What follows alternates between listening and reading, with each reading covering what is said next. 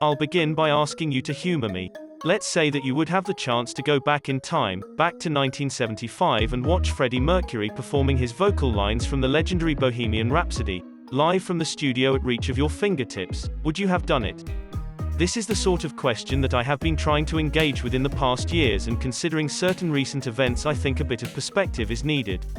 I believe everybody knows that the music industry has been decaying for decades, but I understand how it may be challenging to consider certain rather negative realities, when in your headphones plays nothing but the greatest tune that you and a few other millions found to hit home. How is it then that this song, capable of uniting thousands of people singing the same lines on concert, would ever risk the chance to be left behind by its artist? The cocktail party effect can do lots, but there is just too much of the good stuff to distinguish the bullshit under the rug. A particular event that caught my attention in the past few months is the departure of the bass player and vocalist from Nightwish, Marko. Here is what his resignation letter reads. Dear people, I am leaving Nightwish and my public life. For quite a few years now I haven't been able to feel validated by this life. We have streaming company big guns demanding 9/5 work from artists of inspiration while unfairly sharing the profits. Even among the artists, we're the banana republic of the music industry. Biggest tour promoters squeeze percentages even from our own merchandise while paying dividends to Middle East. Apparently some theocracies can take the money from the music that would get you beheaded or jailed there without appearing as hypocrites. Just a couple of examples here. This past year forced me to stay home and think, and I found myself very disillusioned about these and a lot of things. I found out that I am in need of that validation. For me to write, sing and play, I need to find some new reasons and inspirations. My Walden, so to speak. And it's even in my book that I'm a chronic depressive. It's dangerous for me and the people around me if I continue. Some of the thoughts a while back were dark. Don't worry, I'm fine. I have my 2 sons, a wife, the rest of the family, friends, a dog and lots of love. And I don't think that I'll be gone for good. Conspiracy is the word of the day. For the people who like 'em, I need to say that my 55th birthday is now on 14th of Jan and I've certainly done my time for now. Blaming for instance Tuomas is an insult to both him and my free thinking. This is a very sad thing to all of us too. Have a care please, but of course now we'll know if some go there on purpose. There are a couple of things agreed on that I will do on 2021. Otherwise I kindly and with respect ask the media, bands, artists, projects etc. to not ask me for anything within the next year. I have some reinventing to do. I hope to tell you about it on 2022. It's not a promise though. I am so sorry about this. Marko Hayatala PS Tony Iommi is an exception to the no contact whatsoever. Childhood hero takes a precedence. Not a nice insight, but one worth having. A lot to unpack here in it. But I will let you sit on it for a minute, and it feels only right to share with you now a few words of wisdom from Mr. Herman Lee, touring guitar player from Dragon Force and partnered Twitch streamer. His reaction to Marko's letter has been the trigger that has pushed me once more in search for answers. Is music worth anything at all? He's absolutely right.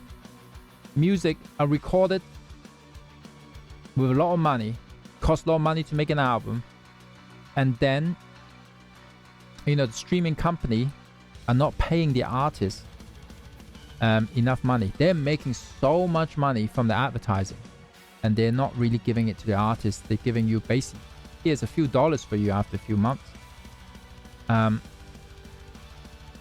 So I can understand that he doesn't feel like, well, this is a great deal. Why am I slaving 9 to 5? And in terms of doing music, I mean, for me, I definitely work from when I wake up to when I go to sleep. And I'm sure they're doing the same. And a lot of people are doing the same. They're not getting it. They're not getting much out of it. And they're talking about the promoters squeezing percentage even from their own merchandise. That's pretty shocking. What they're talking about is probably big promoters. Some have been,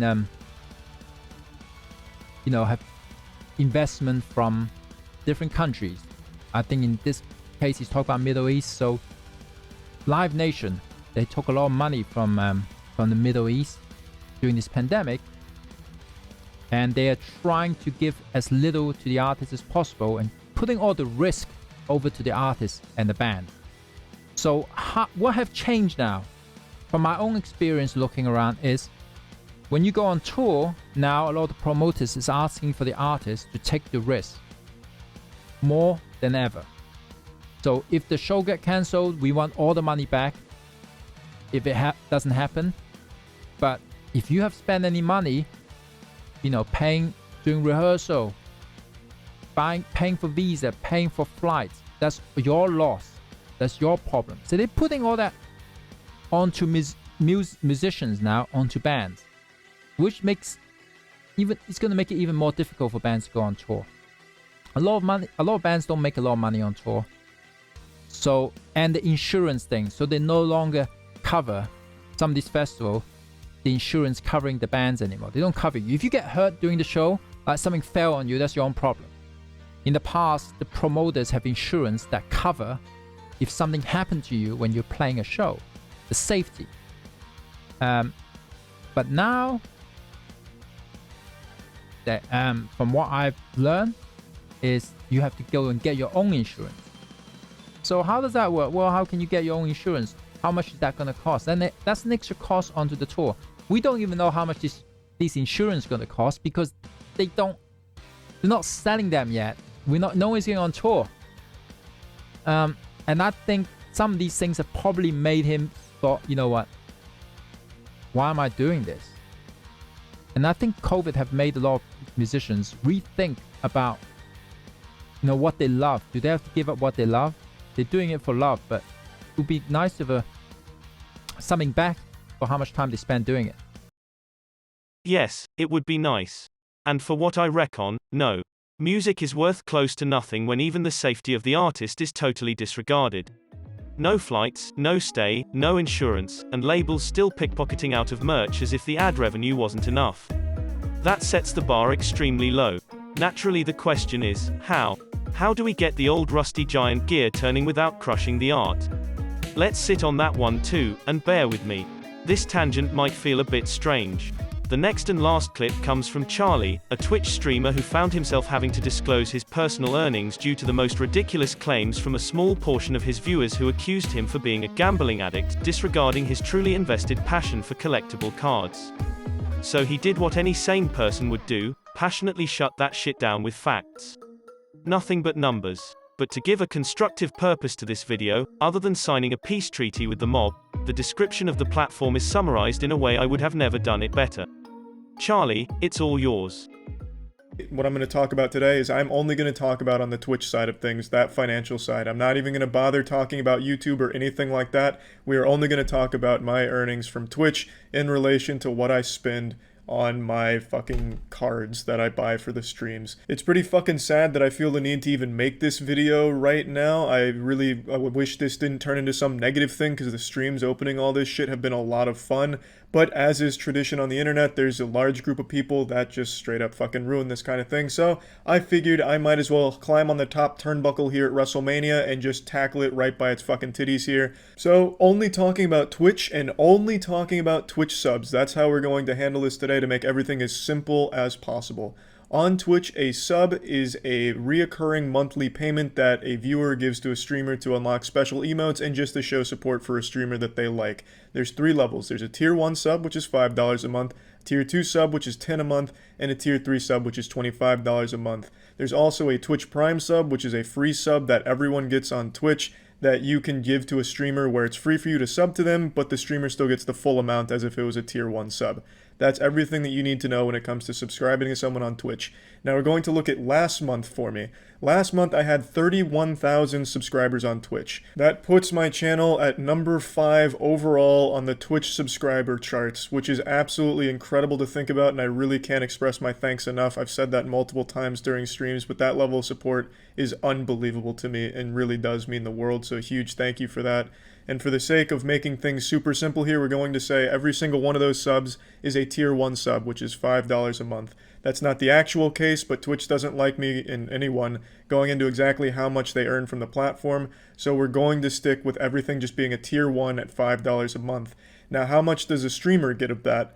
Well, the safe thing to assume is they get half. That's not exactly the case because most streamers get more than half of a sub. But for the sake of keeping everything simple and for the sake of argument, we're going to say half. So go ahead and dust off your old abacus over there. What is 31,000 times 2.5? 2.5 being half of $5. I'll go ahead and spoil the surprise to Charles White's pop mathematics quiz here. The answer is $77,500 a month just from subs, and that is an extremely low ball estimate. There's also other avenues streamers make money from, which is ads that play during the stream as well as donations, but we're only going to look at subs here. Just Twitch subs. I'm not talking anything about YouTube. I'm not talking anything about anything else. We're only looking at one specific area here today, just to make it as clear as possible. $77,500 last month just from subs. That number is absolutely fucking crazy. So, what did I spend on Yu-Gi-Oh! And Pokemon cards last month? After rummaging through the trash cans looking for receipts and everything, I was able to calculate right around... Thank you, Charlie. And talking about invasion of privacy. Did you know that Britney Spears' life is controlled meticulously by her father since they signed her while underage? Up to today fighting lawsuits over that shit.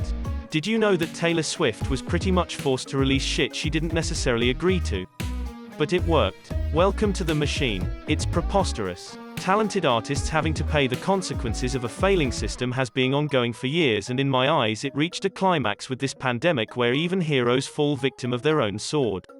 Now, I don't have the answers to everything. Actually, I would say I have even more questions than answers than before. But having this few pieces of the puzzle in mind, here is my proposal. Give the opportunity for musicians to generate income directly from the source. As Charlie has already mentioned, Twitch offers several ways to generate income. One of them, for example, being donations. And you might have to trust me on this one if you don't frequently visit Twitch streams yourself, because I have no proper way to show you the immense amount of donations this platform handles, but it can be wild. Grab that donation and split it in half. Half of this donation is the potential gain for a band. How do we get it to them? Well, let them come and play. Literally. Covering all traveling and insurance fees with all income from the 3 subscription tiers and whatever is left from ad revenue after labels gut it, as ravens to its prey, feature them in the first official online venue and let them just play. Do we remember why we do music? It is ridiculously fun, and I'm not talking about the intense hours on a stage nor the countless airports. Those are fun in combination to the reaction of the crowd, for sure. They are the ones that really make it worth it. So again, if we'd be standing in 1975 and Freddie would be broadcasting live, would you click on it? This experience is not to be compared to a live show.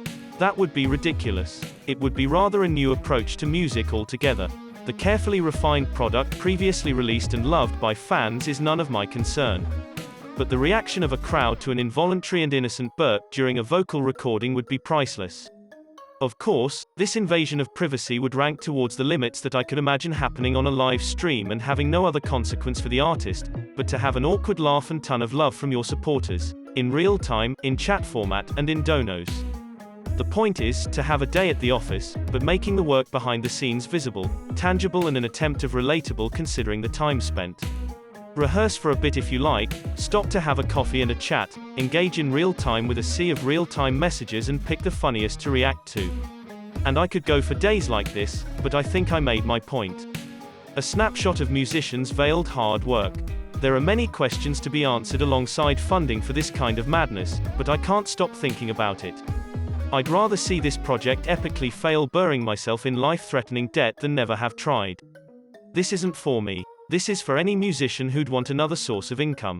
One that probably would be, in the current shape that the world and the industry find themselves, much more interesting than watching your music being bastardized by the unfair split of revenue from each Spotify click.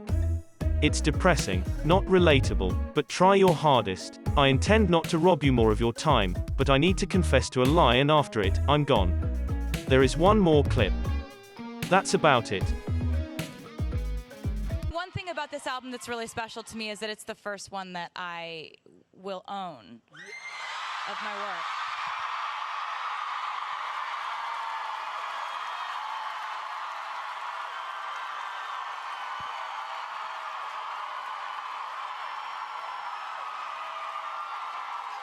Which is a concept that they're very supportive of. Right.